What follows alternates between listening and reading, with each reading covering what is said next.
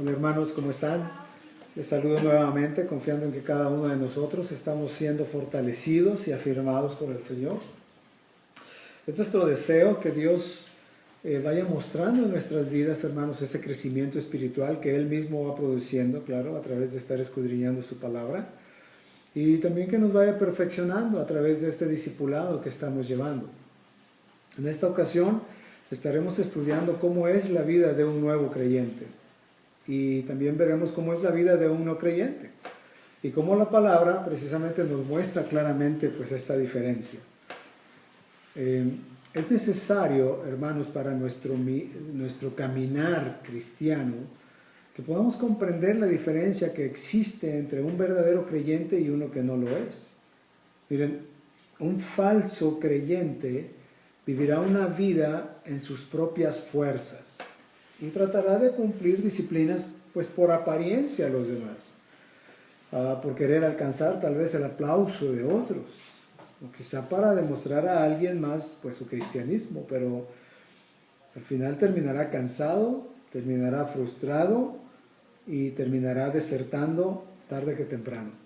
Mientras que un verdadero creyente tiene una nueva naturaleza, porque ha habido un nuevo nacimiento y ha sido regenerado, ha habido una regeneración, y es por esa nueva naturaleza que vive una vida que glorifica a Dios, porque ya no vive en sus propias fuerzas, ni por sus criterios, sino que por ser hijo de Dios, precisamente esta vida da como resultado fruto en el verdadero creyente. Da como resultado fruto en su vida. Ahora, el que tiene una naturaleza muerta y que está aún en pecado, hermanos, aunque se esfuerce, terminará mostrando al final su verdadera naturaleza. El Señor Jesús habla en el Evangelio de Mateo, en el capítulo 7, versículos 17 al 19, y dice: así, todo buen árbol da buenos frutos, pero el árbol malo da frutos malos. No puede el buen árbol dar malos frutos, dice, ni el árbol malo dar buenos frutos. ¿Se dan cuenta? Ahora, noten, hermanos, que un árbol no es conocido por la plenitud de sus hojas, ¿no? Es conocido por sus frutos.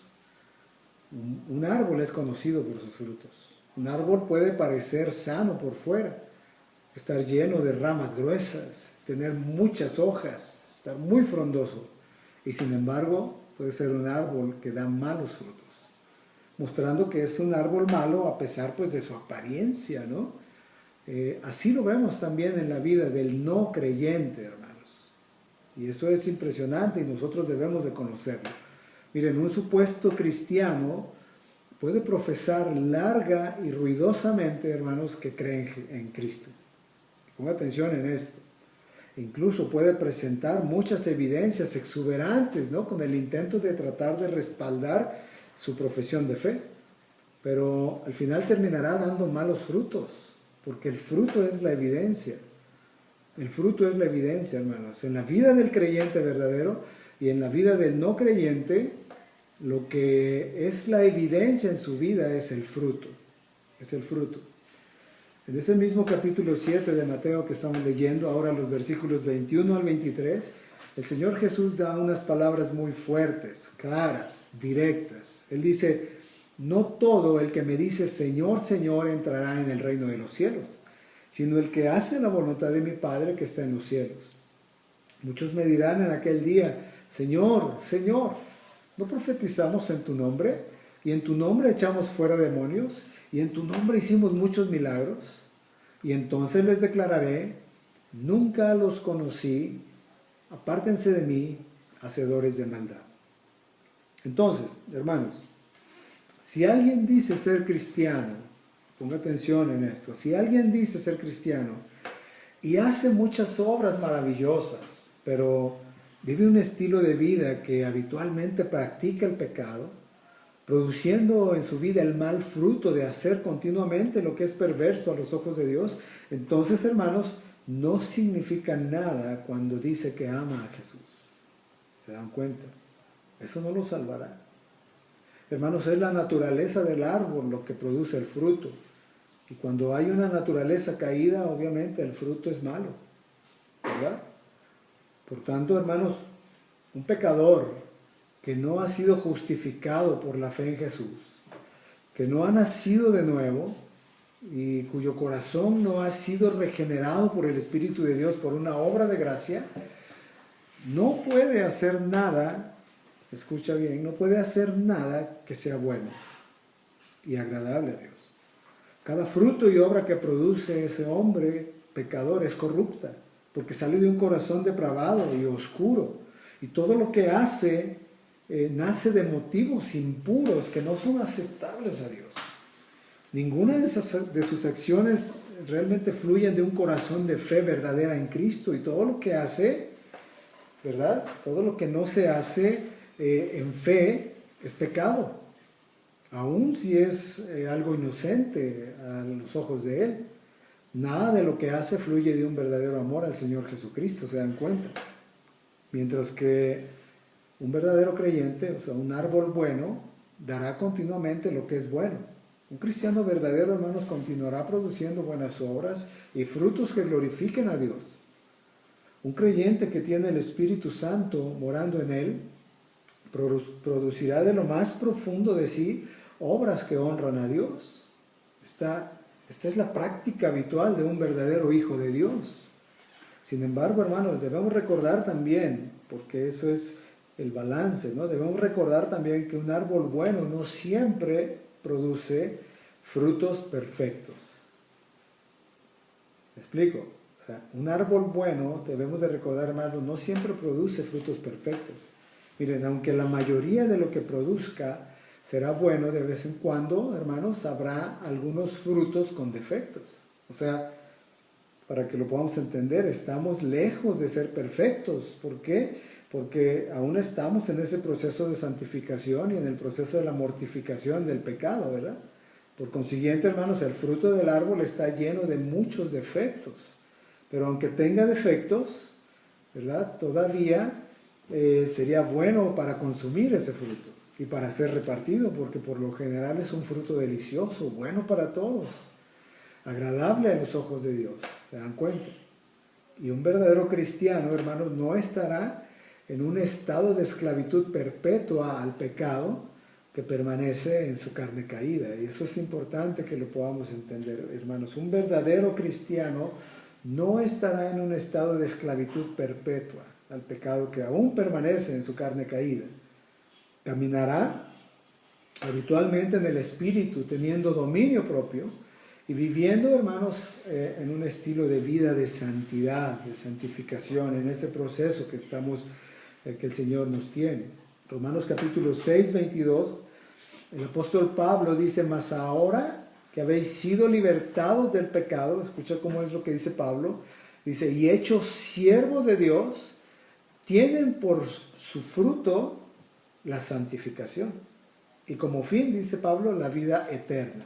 Qué impresionante, ¿verdad? Hermanos, la Biblia provee un claro entendimiento acerca de la fe verdadera. Y que esa fe verdadera, hermanos, produce buenos frutos. En su parábola de los terrenos que dio el Señor Jesús y la semilla, ¿recuerdan? El Señor Jesús enseñó que mientras que los inconversos son estériles, ¿no? Los que son salvos llevarían fruto. En esta parábola, 3 de 4 suelos, hermanos, produjeron las plantas infructuosas. Y esos son cuadros vivos de las recepciones de la palabra de Dios que nunca dieron lugar a la salvación. ¿Se dan cuenta? En contraste, las plantas que dieron buen fruto prosperan en el buen suelo, ¿verdad? Que representa aquí un corazón redimido. Jesús dijo en el Evangelio de Mateo, que estamos viendo en el capítulo 13, el versículo 23, dice, mas el que fue sembrado en buena tierra, haciendo referencia a esta parábola, este es el que oye y entiende la palabra y da fruto. ¿Se dan cuenta? Y produce a 100, y a 60, y a 30 por uno. Pero miren el énfasis que hace Jesús. El que fue sembrado en buena tierra, ese es el que oye, ¿verdad? El que entiende la palabra y da fruto. ¿Se dan cuenta? Ahora, hermanos, todos los creyentes son fructíferos. Todos los creyentes. La tercera carta de Juan En el versículo 11, la segunda parte del versículo dice que el que hace lo bueno es de Dios, pero el que hace lo malo, dice el apóstol Juan, no ha visto a Dios.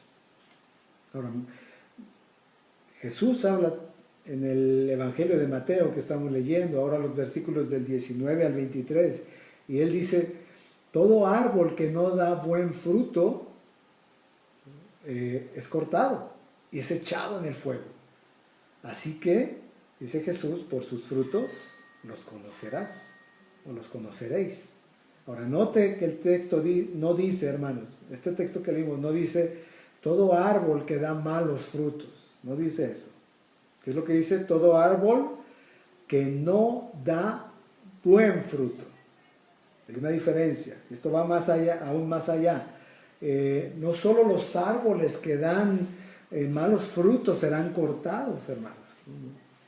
Miren, no solamente los árboles que dan malos frutos serán cortados y quemados, pero también cada árbol que no da buen fruto.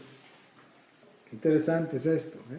Un árbol puede parecer bueno de lejos y quizá no haya ningún fruto malo visible en él.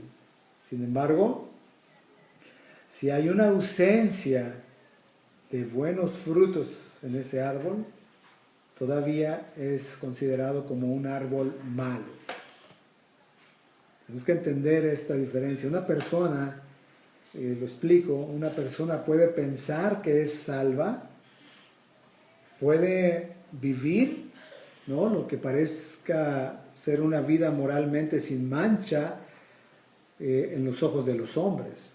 O sea, la gente puede decir de él, ay, es una persona buena, es alguien que no se mete en problemas, es alguien que siempre está tranquilo, ¿no? Y puede parecer que vive una vida moral sin mancha en los ojos de los hombres, pero si no produce los buenos frutos, hermanos, de santidad, de justicia, de verdad, de esperanza, de pureza, de amor, de gozo, paz, paciencia, benignidad, bondad, fe, mansedumbre, templanza, que el Espíritu Santo provoca o da al pueblo de Dios, pues esa persona, hermanos, también será cortada, porque hay una ausencia de buenos frutos. ¿Se dan cuenta? Entonces aquí vemos la necesidad no solo para la ausencia de pecados, hermanos, intencionales, pero también para la evidencia positiva, ¿no?, la justicia y la santidad a la que hemos sido llamados, que son las evidencias de nuestra confesión de fe. Qué importante es que podamos entender esto, hermanos. No es posible que un árbol malo cambie su propia naturaleza y se transforme en algo que dé buenos frutos por sí mismo. Simplemente no puede suceder por medios naturales. No se da esto. Tiene que haber algo sobrenatural. Tiene que haber un milagro. O sea, debe de ocurrir un milagro. Debe de haber una nueva creación. Y el nuevo nacimiento, hermanos, es una obra milagrosa del Espíritu de Dios, donde Él crea en el hombre una nueva naturaleza que resulta en una nueva persona, que tiene la habilidad, claro, de producir buenos frutos. ¿Se dan cuenta? Necesita haber una obra de gracia en los corazones de los que están viviendo en pecado. Una obra que cambie completamente sus corazones, que los limpie de sus pecados y les dé una nueva naturaleza para obedecer a Cristo. Si no, hermanos, si no sucede ese milagro en las personas, sabemos, morirán en sus pecados. Entonces, ¿qué necesitan las personas? Necesitan nacer de nuevo. Es lo que Jesús le dijo a Nicodemo en el capítulo 3, versículo 3 de Juan. Respondió Jesús y le dijo, de cierto te digo, que el que no naciera de nuevo no puede ver el reino de Dios. ¿Se dan cuenta? Ahora, hay algunas marcas que deben de verse en un nuevo creyente, que son muy importantes que las podamos identificar. Nosotros mismos también, para que podamos precisamente darnos cuenta si somos verdaderamente creyentes, ¿no?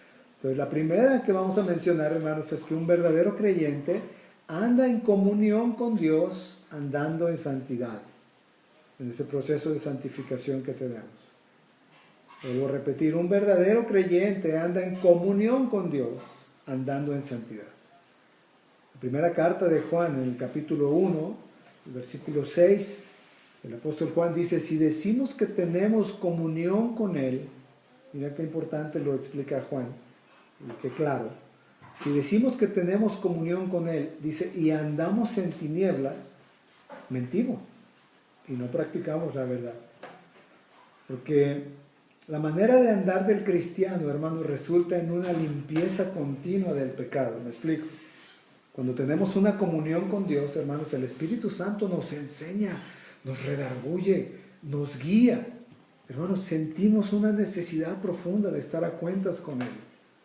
El cristiano verdadero, hermanos, cuando estás andando, estás caminando como cristiano redimido, hermanos, esa vida resulta en una limpieza continua de pecado, ¿verdad? Porque tienes una comunión con Dios y porque el Espíritu Santo ahí te está enseñando, te está redarguyendo y te guía y sientes en tu corazón una profunda necesidad de estar a cuentas con Dios.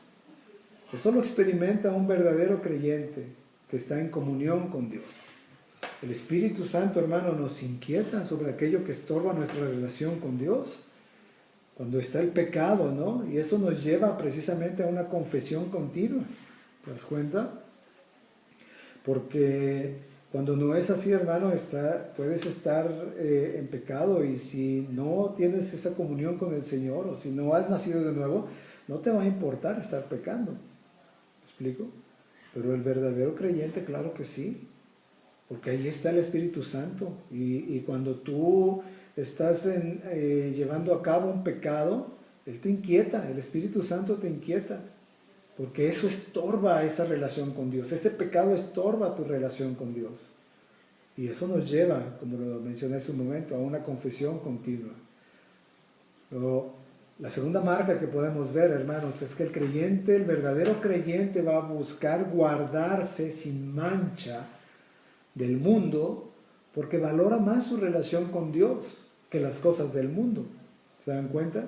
Un verdadero creyente, hermano, busca guardarse sin mancha. Y la razón es, como lo estoy diciendo, es porque el verdadero creyente valora más su relación con Dios que las cosas del mundo. Y el verdadero creyente desea que nada estorbe esa relación y está dispuesto a renunciar a lo que ofende a Dios porque anhela esa relación con Dios más que nada. La última parte del versículo 7 de la carta de Santiago, en el capítulo 1, versículo 27, la última parte, dice Santiago que el verdadero cristiano, la verdadera religión, ¿no? Dice al final es guardarse sin mancha del mundo. Lo impresionante es que podamos comprender eso. El verdadero cristiano busca guardarse sin mancha, hermanos. Y una tercera marca, hermanos, es que el verdadero creyente no solamente se limpia de pecado continuamente. Miren, esto es importante también.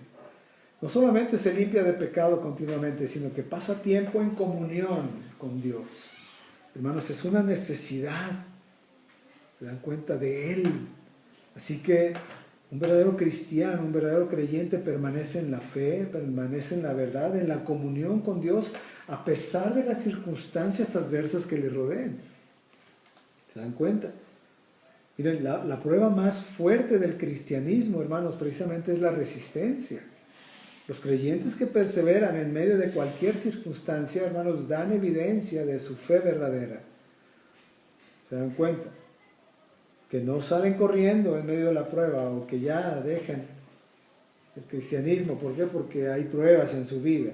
No, hermanos, el verdadero creyente, hermanos, persevera en medio de cualquier circunstancia, por muy adversas que sean, hermanos, persevera en su fe.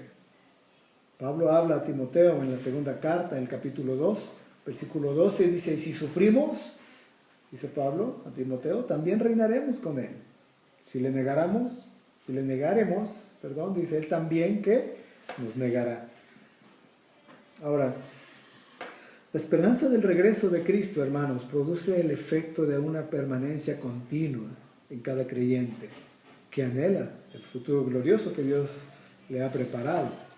Entonces es esa esperanza del regreso de Cristo la que produce precisamente ese efecto de permanecer. Y en esa misma carta, en esta segunda carta de Pablo a Timoteo, ahora en el capítulo 4, versículo 8, le dice Pablo a Timoteo: por lo demás, ¿no?, me está guardada la corona de justicia, dice Pablo, la cual me dará el Señor, juez justo, en aquel día. Y dice Pablo: y no solo a mí, sino también a todos los que aman su venida. Entonces, vivir en la realidad del regreso de Cristo, hermanos, hace la diferencia en la conducta diaria precisamente de un cristiano. Debe de ser así, porque en ellos va creciendo el deseo de llegar a ser semejantes a Jesús. ¿Te das cuenta? Semejantes a Cristo. Habrán muchos que por un tiempo tal vez lograrán mantenerse con aspecto de creyente, ¿no? Los que no son verdaderos. Puede ser que por un tiempo, y a veces largo, ¿no?, se logran mantener con aspecto de creyentes, pero pues en realidad nunca creyeron, ni permanecieron en santidad, ni en comunión. Y al final, ¿qué es? ¿Qué pasa? Se va a manifestar eso, como dice el apóstol Juan en su primera carta, en el capítulo 2, versículo 19, que dice: salieron de nosotros, pero no eran de nosotros. Dice: porque si hubiesen sido de nosotros, habrían permanecido con nosotros. Pero salieron, dice, para que se manifestase que no todos son de nosotros. Y aunque aquí en este pasaje el apóstol Juan está hablando de los falsos maestros, también hace referencia precisamente a la perseverancia de los santos. ¿Se dan cuenta? Aquellos que permanecen en santidad y en comunión, precisamente. Entonces, hermanos, los hijos de Dios manifestarán la realidad de que hay un nuevo nacimiento que nos lleva precisamente a tener una relación con Dios. Los verdaderos hijos de Dios manifiestan ese nuevo nacimiento. ¿Se dan cuenta? Y eso nos lleva, ¿no?, a que se vea la realidad de nuestra vida, de que haya habido un nuevo nacimiento, que nos lleva a esa nueva relación con Él, a permanecer, ¿no?, en nuestra fe y fidelidad a Dios y a Jesús. Ahora, el fruto de la salvación, hermanos, es la permanencia. Escuchen, el fruto de la salvación es la permanencia y la continuidad. ¿En qué, hermanos? En el conocimiento de Dios, a través de su palabra, en el servicio a Él, en la enseñanza que Él nos da a través de las Escrituras. Hermanos, el amor de alguien que no ha nacido de nuevo, ¿verdad?, porque hay gente que le puede profesar a Dios su amor, pero el amor de alguien que no ha nacido nuevo, a la larga se enfría, se enfría. ¿Por qué, hermanos? ¿Por qué se enfría? Porque no hay nada que lo alimente. El Señor Jesús en el Evangelio de Juan, en el capítulo 15, el versículo 5, dijo: yo soy la vid y ustedes son los pámpanos. El que permanece en mí, dice, yo en él, este lleva mucho fruto, porque separados de mí, lo puso tan claro Jesús, nada pueden hacer. Entonces es Dios mismo el que hace que no nos apartemos de Él. Por eso alguien que no ha nacido de nuevo y le dice al Señor que lo ama, tarde que temprano se enfría, porque es Dios el que nos hace que no nos apartemos de Él. Como dice en Jeremías capítulo 32, versículo 40, dice: y pondré mi temor en el corazón de ellos, dice Dios, para que no se aparten de mí. ¿Se dan cuenta? O sea, es Él mismo el que hace que no nos apartemos de Él. Todos los que se apartan de Cristo, hermanos, dan evidencia de que jamás fueron verdaderos creyentes. Es la realidad. Y conocemos gente que se ha apartado, ¿no? Y cuando les preguntas qué pasó y sin miramientos, dicen: me alejé, me aparté. Bueno, esa gente da evidencia, hermanos, de que jamás fueron verdaderos creyentes. Ahora, decir, hermanos, que Dios afianza nuestra perseverancia, que es una verdad y una realidad, no quiere decir que seamos nosotros pasivos entonces en el proceso que estamos viviendo. Miren, un árbol puede gozar todo tipo de condiciones externas ideales. Puede haber lluvias moderadas, puede tener mucha luz del sol y buenas temperaturas. Pero si ese árbol no se alimenta de los ricos nutrientes del suelo, hermanos, no va a dar fruto. Sencillamente, ¿no? Entonces debemos cultivar, hermanos, una relación continua. ¿Con quién? Con Dios. Con Dios, con nuestro Padre, con Jesús, nuestro Salvador. Nosotros debemos cultivar esa relación continua con Él, que sea una relación viva, donde estamos adquiriendo precisamente la savia de su palabra, de lo que Él nos quiere enseñar. Debemos tener una relación con Él desde que comenzamos el día, para que todo el día estemos pensando en Él, perdón. ¿Se dan cuenta?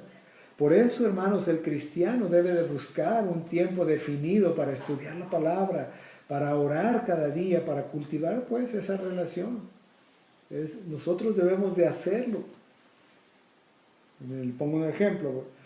Un marido negligente puede estar aún unido a su mujer en el matrimonio, hermanos, pero eso no significa que su relación esté prosperando. ¿Se dan cuenta? O sea, su unión legal no significa que una comunión vivificante está teniendo lugar ahí, ¿verdad?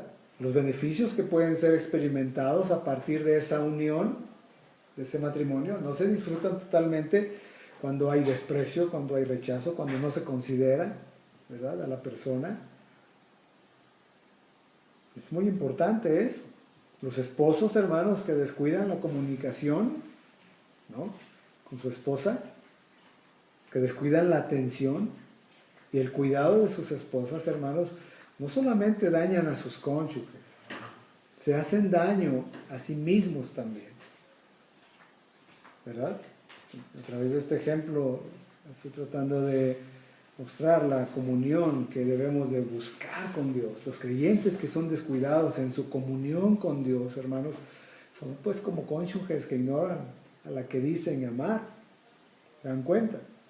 Es igual, de esa misma manera. Dios nos invita, hermanos, no solamente a estar seguros de nuestra salvación, que si tú estás seguro de ella, gloria a Dios y gracias a Dios. Pero Dios nos invita no solamente a estar seguros de nuestra salvación, Él nos invita a prosperar en nuestra relación con Él, y eso solamente se lleva a cabo a través de nuestra comunión con Él. Nosotros como cristianos que creemos verdaderamente debemos de buscar estar en esa comunión con Dios, hermanos. ¿Se dan cuenta? Ahora, un verdadero creyente, hermanos, obedece los mandatos de Dios. Eso es básico que lo pueda entender un verdadero creyente. Primera de Juan, capítulo 2, versículos del 3 al 6. Mire qué dice el apóstol. Dice, y en esto sabemos, ¿verdad?, que hemos llegado a conocerle, dice Juan, si guardamos sus mandamientos. El que dice, yo he llegado a conocerle y no guarda sus mandamientos es un mentiroso, y la verdad no está en él. Pero el que guarda su palabra, en él verdaderamente el amor de Dios se ha perfeccionado. Y termina diciendo, en esto sabemos que estamos en él. El que dice que permanece en él, debe de andar como él anduvo. ¿Verdad?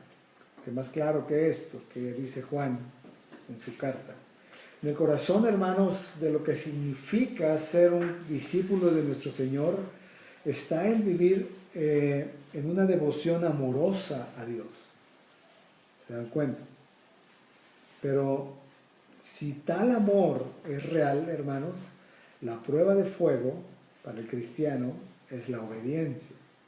¿Me explico? O sea, si ese amor, esa devoción amorosa a Dios que le profesamos es real, hermanos, la prueba de fuego de ese amor, la evidencia de ese amor es la obediencia. Jesús dijo en Juan capítulo 14, versículo 15, si ustedes me aman, guardarán mis mandamientos. ¿Verdad? El amor genuino hacia Cristo, hermanos, siempre se va a manifestar en la obediencia. Tenga eso presente. El amor genuino hacia Cristo siempre se manifestará en la obediencia. La obediencia, hermano, de los mandatos de Dios es una prueba de comunión genuina. Es una muestra de comunión genuina al Señor. Esa es la evidencia externa, la evidencia visible de la salvación en un creyente, la obediencia a Dios. Los que han sido en verdad iluminados por la palabra, por el Evangelio, y conocen a Dios, hermanos, son obedientes a su palabra, ¿verdad? Los que hemos nacido de nuevo, hermanos, lo demostramos con el hábito de ser obedientes. ¿Se dan cuenta? Y cada uno tiene que examinar su vida, qué tan obediente es, porque esa es una evidencia de que realmente amamos al Señor. ¿Se dan cuenta? Porque el verdadero creyente ha reemplazado el hábito de pecar con el hábito de vivir en justicia y rectitud. O sea, la vida de obediencia a Jesús es el modelo que nosotros tenemos, y Jesús lo hizo, ¿verdad? Jesús vivió una vida de obediencia y Él nos dejó ese ejemplo y es el modelo a seguir para nosotros, pues, ¿verdad? Los que afirmamos ser cristianos. Entonces nosotros deberíamos vivir como Él vivió si decimos que somos cristianos. Ahora Pablo habla a los romanos en el capítulo 6, el versículo 13 al 14, y dice Pablo: tampoco presenten sus miembros al pecado como instrumentos de iniquidad, sino preséntense, dice, ustedes mismos a Dios como vivos de entre los muertos, dice Pablo, y sus miembros a Dios como instrumentos de justicia. Porque el pecado, dice el apóstol Pablo, no se enseñoreará de ustedes, porque no están bajo la ley, sino bajo la gracia. Entonces, fíjense, hermanos, el verdadero creyente tiene la ayuda del Espíritu Santo, y por eso el pecado no se enseñorea de él. ¿Se dan cuenta? Que el apóstol Pablo dice que el pecado no se va a enseñorear de nosotros. ¿Cómo se hace eso? Bueno, el Espíritu Santo, hermanos, es quien nos ayuda, y esa es la razón por la cual el pecado no se enseñorea de nosotros. No hay ninguna excusa entonces, hermanos, para que un creyente continúe en pecado deliberadamente. Cuando entendemos este pasaje, hermanos, no hay ninguna excusa para que un cristiano continúe en pecado de manera deliberada. Aunque los creyentes genuinos, hermanos, todavía tenemos una disposición, ¿no?, pecaminosa, y aún cometemos pecados que necesitamos confesar, pero ese no es el patrón de nuestras vidas. ¿Me explico? Un creyente verdadero, hermano, que ha nacido de nuevo, tiene una especie de alarma, ¿no?, por poner un ejemplo, un mecanismo de protección contra el pecado habitual. ¿Gracias a qué? A la naturaleza nueva que hemos recibido. Entonces es como una alarma, ¿no?, en contra precisamente del pecado habitual. Si tú quieres seguir en ese hábito del pecado, si eres verdaderamente un creyente, hay una alarma que te avisa, que te dice, ¿no? Y eso es gracias pues a la naturaleza nueva que hemos recibido. En cambio, todos los que no son salvos, hermanos, se encuentran precisamente bajo la influencia de Satanás. Esa es la realidad. Su estilo de vida, que es una práctica constante del pecado, lo que refleja es su origen satánico, este tipo de vida, ¿se dan cuenta? Y eso es muy importante, hermanos, que lo podamos comprender nosotros. O sea, mientras un verdadero creyente, a causa de la nueva naturaleza que hemos recibido y que el Espíritu Santo mora en nosotros, hermanos, tenemos ese tipo de alarma, como dije, ¿no? Y no hay un pecado habitual, no hay la práctica del pecado, porque ahí está el Espíritu Santo, tenemos una nueva naturaleza, cada vez es menos, ¿me explico? Y uno que no es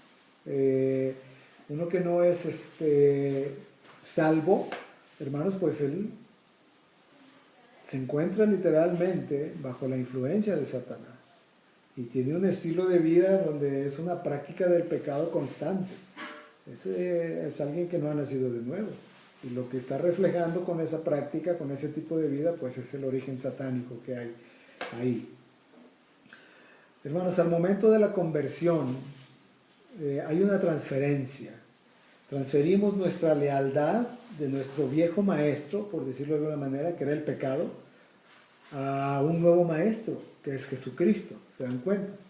Romanos capítulo 6, versículo 16, Pablo dice: ¿no saben ustedes que cuando se presentan como esclavos a alguien, dice, para obedecerle, son esclavos de aquel a quien obedecen? Y dice Pablo al final, ya sea del pecado para muerte o de la obediencia para justicia. Entonces en la conversión, hermanos, se da un intercambio, por decirlo de alguna manera, de maestros. Hay un abandono de nuestra antigua esclavitud del pecado por una nueva lealtad al Señor Jesucristo. Eso es lo que sucede en la conversión verdadera. Romanos capítulo 6, versículos 17 al 18 dice, pero gracias a Dios, que aunque ustedes eran esclavos del pecado, dice Pablo, perdón, se hicieron obedientes de corazón, dice, a aquella forma de doctrina a la que fueron entregados. Miren qué palabras tan claras y directas y preciosas del apóstol Pablo. Dice, pero gracias a Dios que aunque ustedes eran esclavos del pecado, se hicieron obedientes de corazón a aquella forma de doctrina a la que fueron entregados, y habiendo sido libertados del pecado, dice, ustedes se han hecho siervos de la justicia. ¿Ya? Gracias a Dios. Ahora, hermanos, todo el mundo es un esclavo. Todo el mundo es un esclavo, ya sea del pecado o de la justicia, de acuerdo a lo que dicen las Escrituras. Entonces, antes de nuestra conversión, hermanos, éramos esclavos del pecado y vivíamos en obediencia al pecado. Así es como estábamos, ¿no? Pero en la conversión, hermanos, nos convertimos en esclavos de Cristo. Y ahora vivimos en obediencia a Él. ¿Se dan cuenta? El apóstol Juan en el capítulo 14, el versículo 15, vuelvo a regresar a este punto, dice, si ustedes me aman, guardarán mis mandamientos. Porque ahora somos esclavos de Cristo y somos esclavos por amor a Él. Y si lo amamos, dice el apóstol Juan, las palabras que Jesús dijo, si ustedes me aman, guardarán mis mandamientos. Hermanos, a lo largo de la vida cristiana, el apóstol Juan afirma que los creyentes genuinos guardamos precisamente sus mandamientos. Los creyentes genuinos guardamos sus mandamientos. Yo digo guardamos, hermanos, porque lo digo en tiempo presente, hermanos. Esto indica una obediencia continua a lo largo de toda la vida del creyente. ¿Se dan cuenta? Todos los que han nacido de nuevo, hermanos, tendrán que perseguir o van a perseguir la obediencia hasta el final.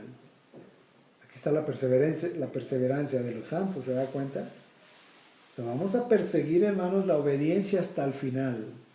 Y dice, van a guardar mis mandamientos. Y está hablando en plural, indicando, hermanos, la obediencia a todo el espectro, precisamente, de los requerimientos divinos. ¿Se da cuenta?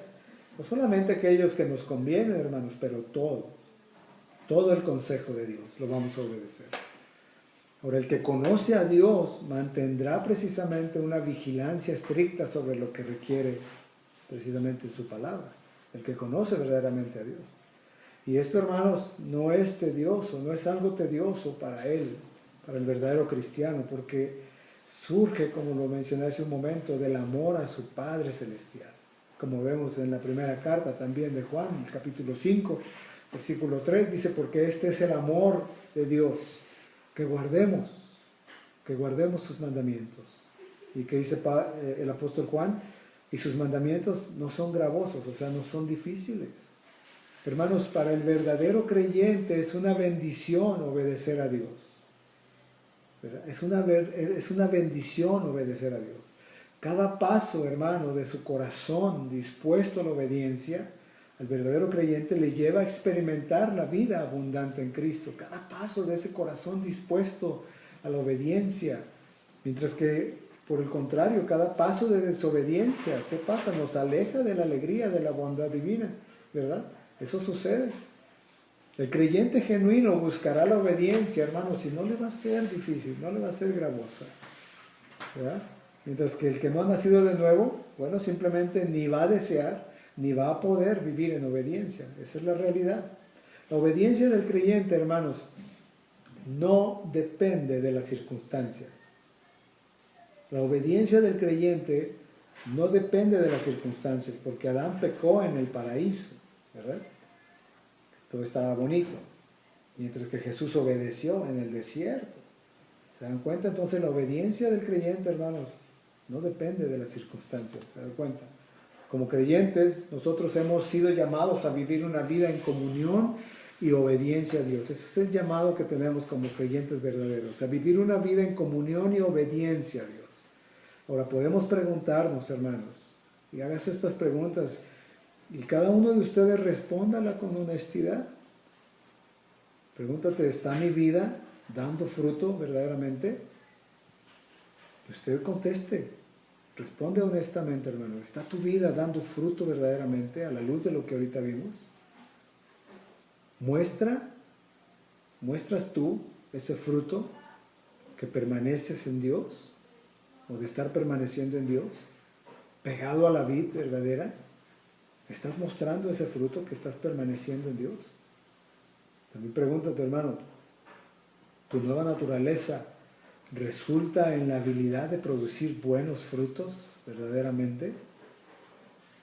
Pregúntate también, ¿el fruto de la salvación te ha llevado a la permanencia y a la continuidad en el servicio y en su enseñanza? Y eso es muy importante, hermanos, porque parte de ese fruto, hermano, debe de llevarte a permanecer y a continuar. Cuando tú dejas el servicio, o cuando tú dejas de estar aprendiendo la enseñanza del Señor, bueno, ahí hay algo que no está bien, hermanos, porque el fruto de la salvación en nosotros nos debe llevar a la permanencia, a la continuidad, al servicio, a Él, ¿verdad?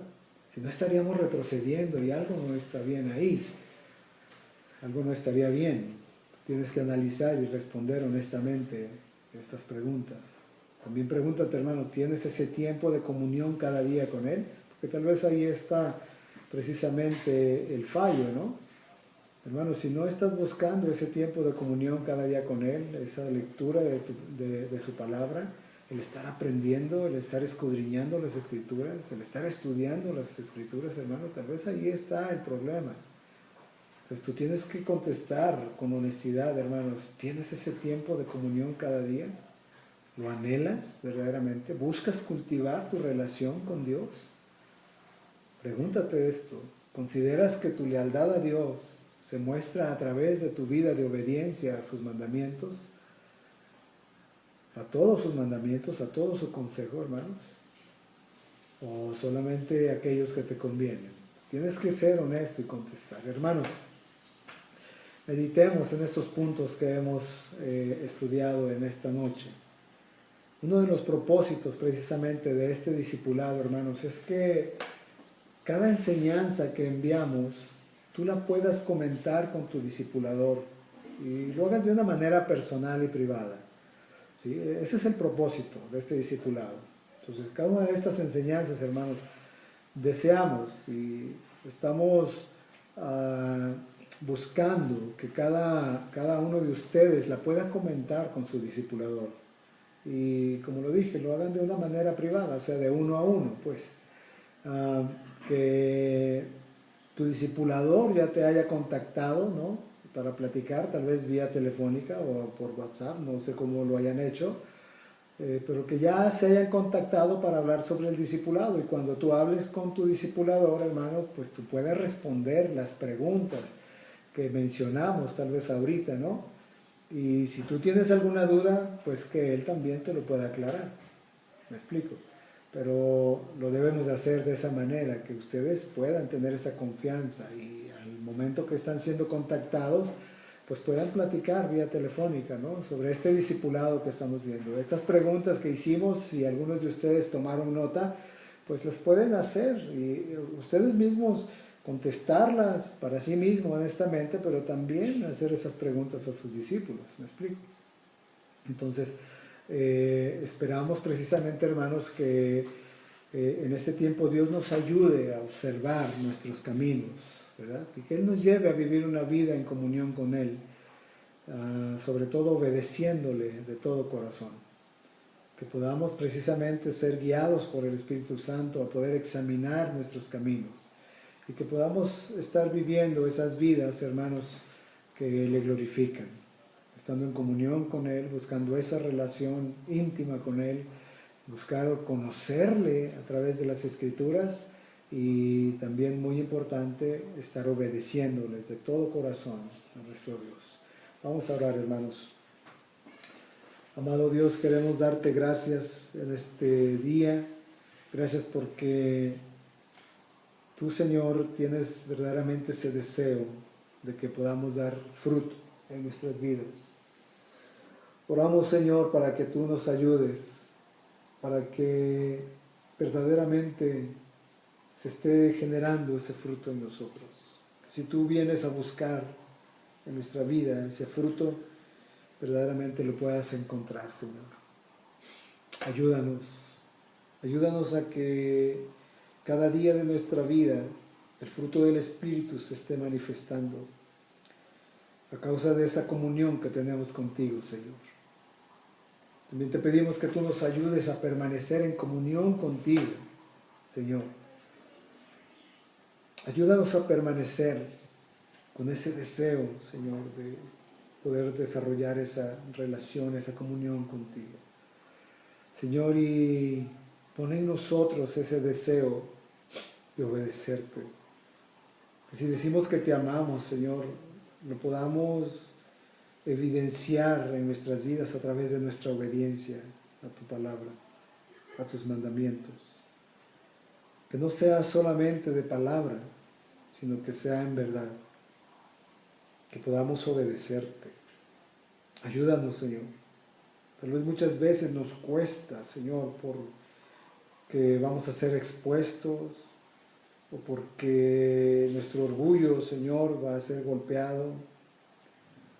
Y tal vez nos cuesta obedecerte porque simplemente no queremos ser avergonzados. Pueden haber tantos motivos, Señor.